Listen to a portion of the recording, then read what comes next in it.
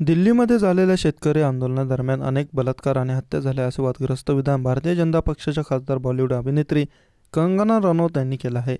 कंगना रनौत यांच्या विधानानंतर राजकीय वर्तुळात तीव्र प्रतिक्रिया उमटत असून विरोधकांनी संताप व्यक्त केला. याबाबत बोलताना शिवसेना ठाकरे गटाचे खासदार संजय राऊत यांनीही कंगना रनौतवर टीका केली. कंगना रनौतला तुम्ही फार गांभीर्याने घेऊ नका. आम्ही तिला फार गांभीर्याने घेत नाही. भारतीय जनता पक्षामधील जे लोक आहेत त्यांना याविषयी जे करायचं आहे ते करू द्या. खरं म्हणजे शेतकरी आंदोलनामध्ये महिलांवर अत्याचार झाले हे जे वक्तव्य आहे त्याची चौकशी झाली पाहिजे.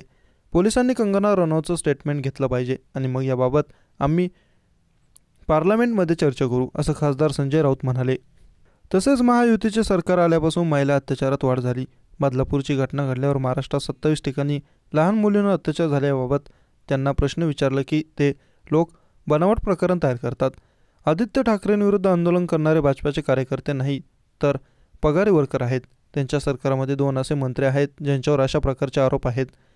एका तरुणीने आत्महत्या केली. त्यांचा राजीनामा उद्धव ठाकरे यांनी घेतला होता, पण आता तेच त्यांच्या सरकारमध्ये आहेत, असंही संजय राऊत म्हणाले. दरम्यान गृहमंत्री देवेंद्र फडणवीस यांची कायदा आणि सुव्यवस्था कशी माती खाते आहे हा देवेंद्र फडणवीस यांच्यावर हल्ला आहे. त्यांनी गृहमंत्रीपदाचा राजीनामा द्यावा. त्यांचे पोलीस सुरक्षित नाहीत आणि ते आम्हाला सांगतात की आमच्या बहिणींचं रक्षण करतील, असे म्हणत पुण्यामधील अत्याचाराच्या घटनेवरूनही संजय राऊत यांनी संताप व्यक्त केला आहे.